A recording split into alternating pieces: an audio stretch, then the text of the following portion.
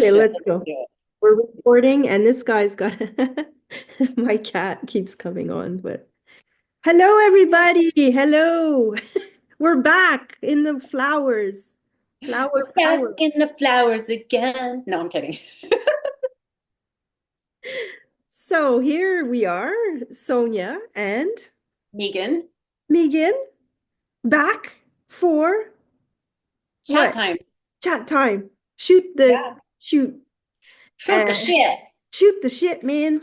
So we're saying like what are we doing here? What is the point of this transmission that we are together sharing with you, whoever's watching? Um, and we came to the realization that we just want to share our embodied wisdom, our mm, perception of reality and our hearts and how that's connected. So we're going to talk a little bit. Woo! He's pushing on the computer like crazy. A little leer and bum action. Yeah. So I guess it's been a while since we've done a video together. We'll do a quick introduction for anyone that this is the first time seeing our video. Um, so my name's Sonya Sunheart, and my whole thing is about that's the thing, connecting to your own wisdom, your know thyself, your inner guidance, or we also call intuition, and how Megan and I found each other in a Divine Feminine Leadership Conference in Hawaii several years ago, back in 2018, I think.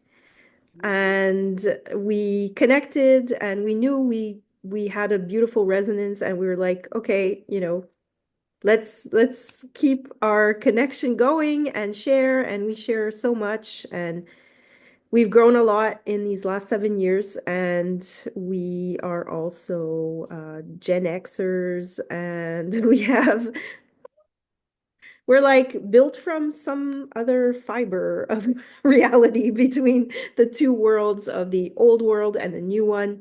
And I do feel like we're some kind of like bridge of consciousness, and we want to share, that's it, our insights. And so this is what we're doing here on this channel. So, Megan.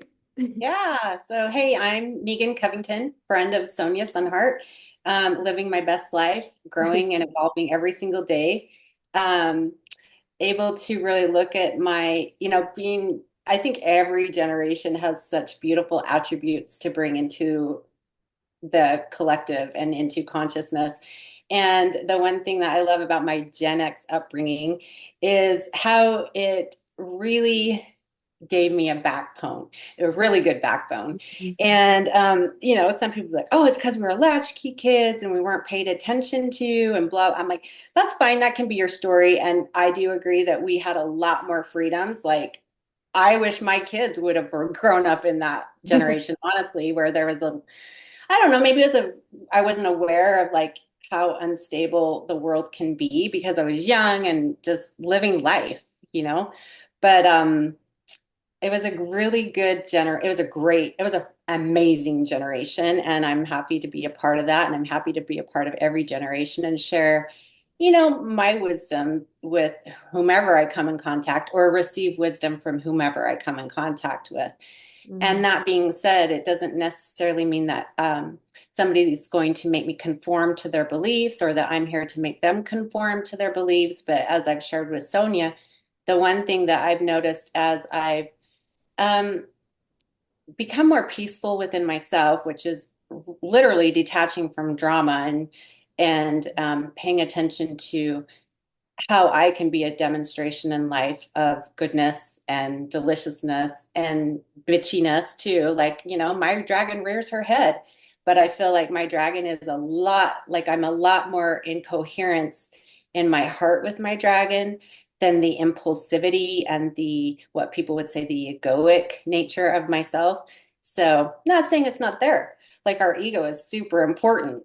And I don't separate it from myself. It's part of me, just like the divine is me. And yeah, so there's a lot to be shared. There's a lot for us to like, maybe step back from and step back from and reevaluate the way that we see things from the past to the present and possibly to the future of the directions that we want to live our lives. Not the way we want others to live their lives, because that's totally up to them, but be the be the person that you want to be the greatness that you want to be for yourself first and foremost, and to others. Mm. That's the thing. Your wisdom like resonates in my heart directly. So that to me, that frequency that gets transmitted is more and more what I believe humanity, is going to be resonating with. I talk about resonance and frequency because basically when you understand that's all we really are, and waves and particles, and we go, thoughts are like waves, and then the particles are the matter, and they start to consolidate into a form once, but it's all about frequency and cymatics and all of this, science is showing us what the ancients were talking about. So the authenticity, I think, more and more is what is being revealed about, your presence, your essence, your soul, and how the ego, like you said, Megan, the soul and the ego is not supposed to be separate from you. It's your survival, it's your avatar, it's like saying, oh, I'm going to take out my root chakra, and it's like, well, no, you need that, like you need every single part and of to become whole, to become, that's the whole wholeness, holy, a holistic, it's like you don't see separation anymore. You see yourself as part of it all, and you see yourself as the God particle, because ultimately that's what everything's made of. So the whole expression, if you can't see God in all, you can't see God at all. This is one of my favorite expressions because it came from a guru that I heard at some point, but I really resonated with that, and I was like, yes, that's like the truth. It's like we are that. I am that. I am, we're the flowers right now behind us. We're the we're the pixels, and we're the like, because it's really all, and now this hologram thing, holographic reality, and this whole thing is coming out now about us, the human avatar being in a type of simulation of like, so that we're practicing and preparing for the next part of our journey, which is going to be when we perhaps leave behind the biological flesh suit, and we go into our eternal, self, that actually then you're fully conscious that you're not, there's no death. It's just a transition into one form, from one form to another. And and my own experience in the past has brought me to this awareness right now that there's something beyond this reality, um, when you have near death, but also out of body experiences, or even, Megan, you can talk a little bit about maybe ketamine or different things that can bring you into another awareness, and how there's different ways and paths for all of us to get to that self-realization of like, oh my God, this is what I am, this eternal Yeah. essence. Yeah. There's endless amounts of modalities of self-discovery. And since you brought up ketamine, working with patients that go through ketamine therapy and I've tried ketamine therapy as well. Because I feel, one, I feel like it's very important as a medical practitioner to understand what your patients are going through. Mm. And plus, I always have this heightened level of inquiry and curiosity about things. And I think it's magical. Like I said, whether it's meditation, it's exercise, it's, medicinal herbs from the earth, which, whatever it may be, are ways to help us expand our consciousness and not stay so narrowly focused in that. I've watched like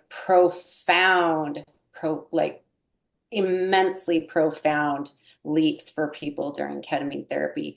Now, saying so, I think it is something that needs to be not like in a party setting. I think you need to be, with people that can help you through that, whether you have counseling or a shaman or whatever the case may be. Just remember, you're not alone. No one, no thing can take your divinity away. And a lot of these, well, I'll talk about the medicinal properties of things, but how they react with our nervous system and can calm us down. But they can also, in regards to ketamine, it's a dissociative, so it gives people the opportunity to step back and observe things that happen within their experience and not have such an impulsive emotional reaction and Mm, see things from a broader, more loving perspective. Now, I'm not saying that, like, we all have our highs and lows, and there are lows that can come in with that, but those lows are asking you to also take a look at them because they're a part of you. mm, And they're part of you that want to be recognized and loved and validated. Just like, I'm going to go back to the ego, how people are like, I gotta like blow the ego up and I've got to like remove it entirely. It's like, no, you don't. mm, It's a coherence with yourself. And so, and the same with like if somebody has like a journey with ketamine that is a little bit challenging, that I encourage them. One, I encourage people to always have an intent because I think, us declaring something to happen before we mm, actually engage in it is imperative. I think set and setting is huge, mm. and the people that you surround yourself with. And then post ketamine, I always tell the patients, do not watch the news. Do Oh, not watch. There's so much propaganda out there that you're feeding. Like, what do you want to imprint into your mind? What do you want to imprint into your energy field?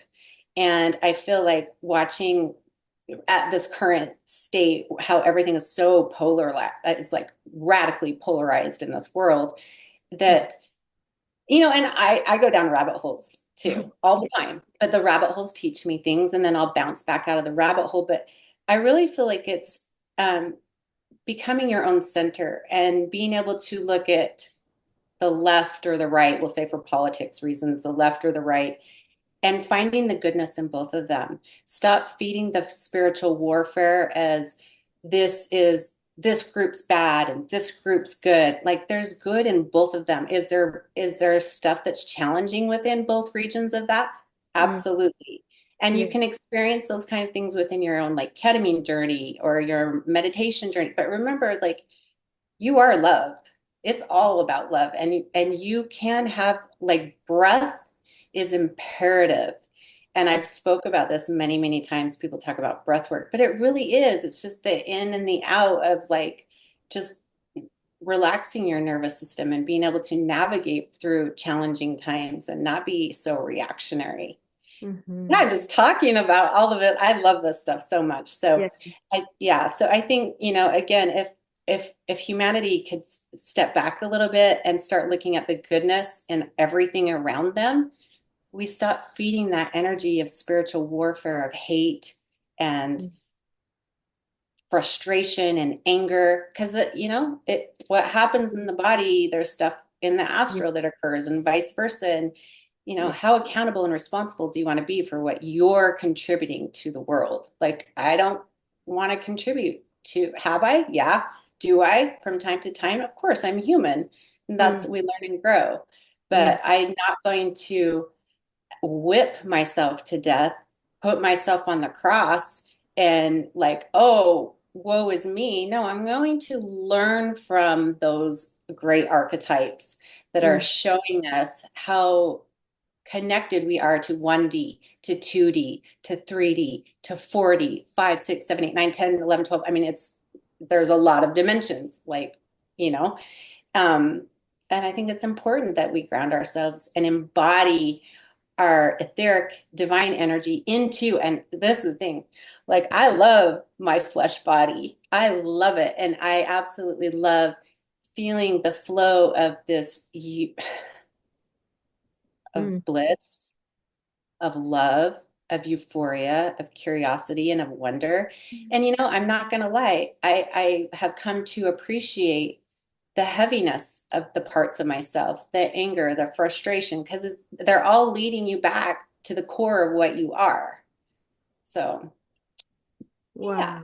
Like that's the thing. This is why I wanted to, and I hope we can do these more regularly again because I just love listening to Megan. I feel like her embodiment of that joy and that peace and that loving awareness, and also the Divine Mother archetype, which is, I think, something we both share, of loving life so much, loving animals, loving plants, loving our children, loving our lives, like loving, not escaping the matrix, which is always what everybody's saying, but the matrix is actually the mother, the fabric of reality, of what everything's made of, like we talked about before, of loving God. But that God is not some dude with a white beard in the sky that they use from Santa Claus. And that's a whole thing that we can talk about in another time. But it's, those are, those were created by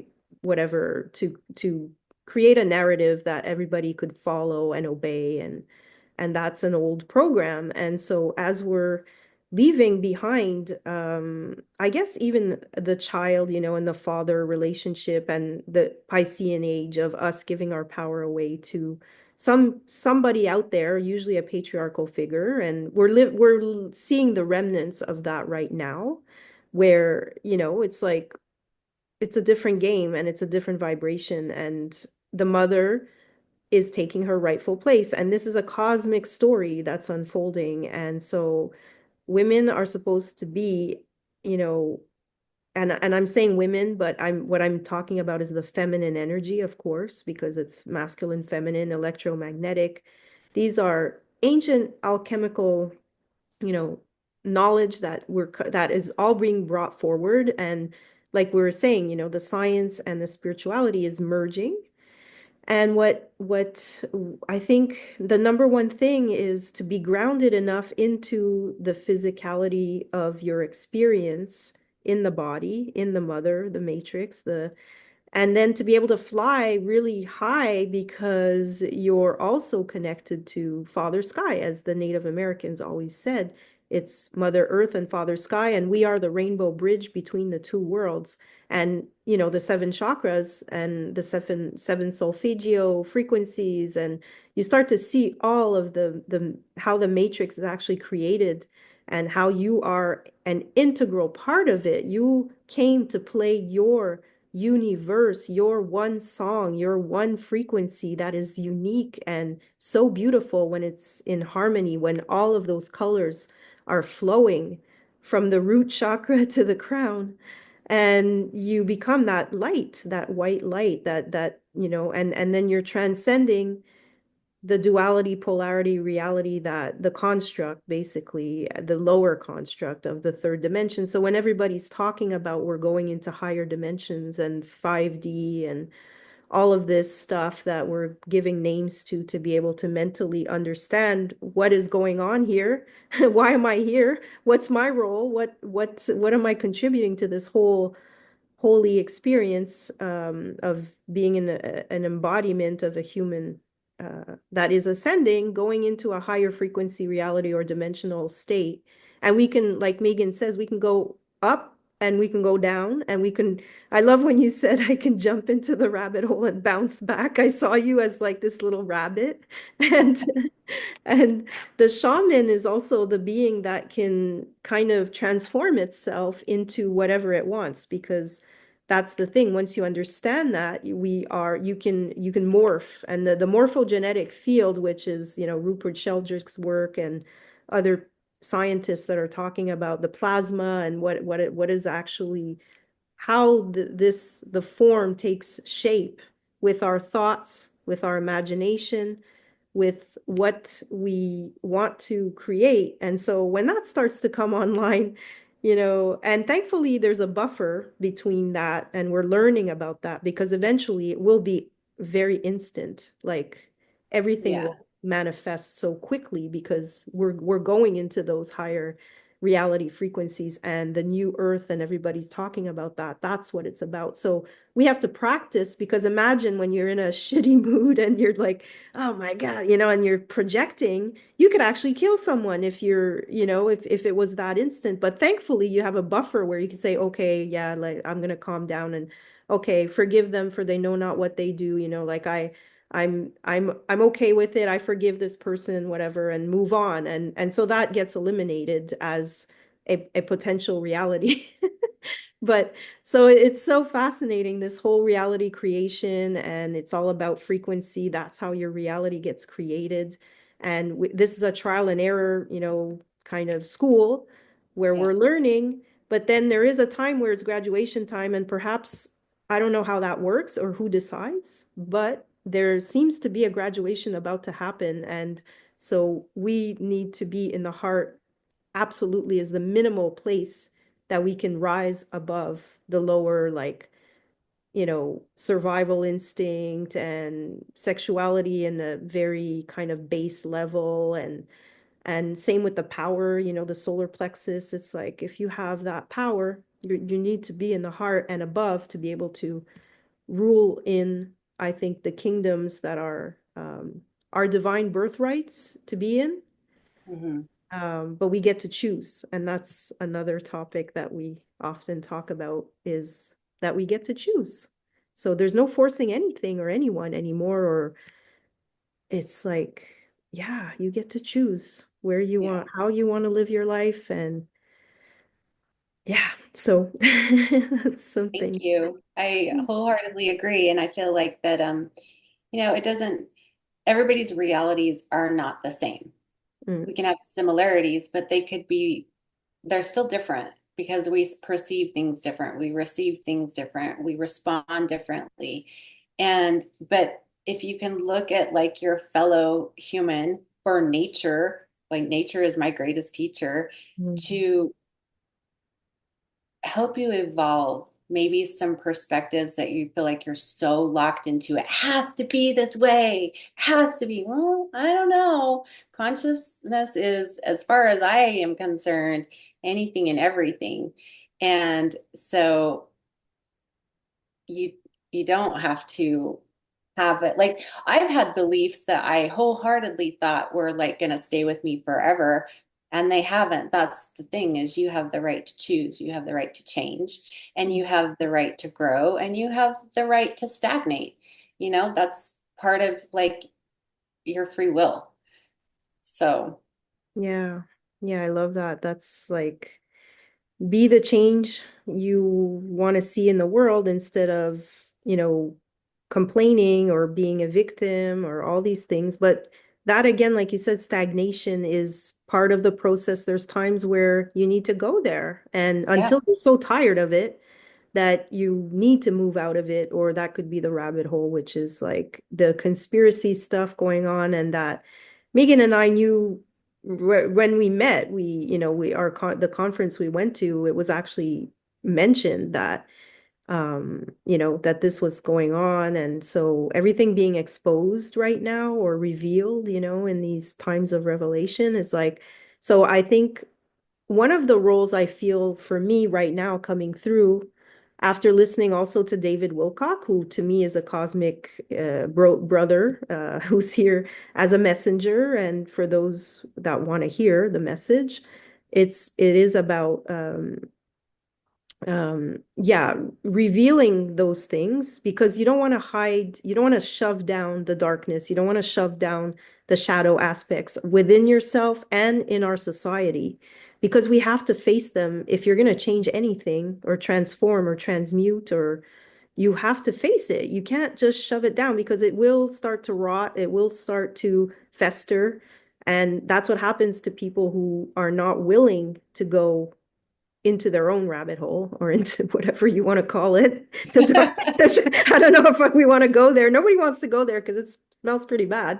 But you got to go, and you got to get that shit out. And another thing is the parasites, and the way our food systems have been set up, and all of it is interconnected. So sometimes you just, if you've ever done a cleanse, a deep cleanse, like, or fasting, it's recommended, by the way. I work in this and I've done this, these, fasting and colonics and things that get the shit out. And I also did ayahuasca many, many years ago, and that was the biggest one because it was deep in the DNA as well. And this is really dark stuff. And some of us have come in through lineages or things that really need to be cleaned out. And so it works on the psychic level, it works, but it also works on the biological level, the gut, all of this needs to be kind of cleaned out. If we want a healthy ecosystem outside of us, we have to look at what the heck's been going on inside and what are we like, am I treating my own body like trash? Or am I a healthy house or am I a temple? Like you get to decide that too. And so that's something, to kind of connect also with how it is all interconnected. So we can do that, we can clear on every level. And as we do that, we become more and more clear channels or conduits for the energy to flow and to feel like, okay, I'm doing my part, like we're talking about the environment as or nature as if it's out there outside of us, but it's all happening inside of us. Mhm. And as within, so without, and as above, so below. So when you're connecting to your source, and then you're here in the physical level and you're combining it all, then I do believe we are going into those paths of mastery or and there's nothing to me more exciting than that. Every day I get to choose how I want to live my life and go for a walk and exercise and clean water and fresh air as much as possible because this is a time where I don't think we've ever been as bombarded by toxicity on every level, whether it's opening TV or looking at Social the media. sky Yes. with, what's being sprayed in the food and the sky and all this. So very important for us to connect the dots between the biological and the psychic and the metaphysical all together. Yeah, because they all work together. They're all hand in They hand. do. I mean, that's very And much. Go ahead. so, yes, we do have about a minute left. So before we didn't get the super deluxe Zoom, so we're going to be sticking to our 40 minutes here. Perfect. And yeah, and I hope Megan we can continue to share because I feel like we are able to transmit our beautiful codes into the world at this time. And Of course we will. okay, Rather here or in person or wherever we go. Yeah, exactly. I Wherever we look forward go, to that as well. It's a beautiful life. it's a It's a beautiful, beautiful life, and to just remember that a beautiful life doesn't come without challenges, but it's right. how you decide to ride those challenges of life. So Thank you ride so that much. wave. Thank you. It was Thanks, so good to meet everyone. you. So we'll talk again soon, and you can, yeah, tune in, tune into yourself first, and take and leave whatever resonates with you. We're not here to, you know, yeah, Tune in and tune up. that's right. Bye.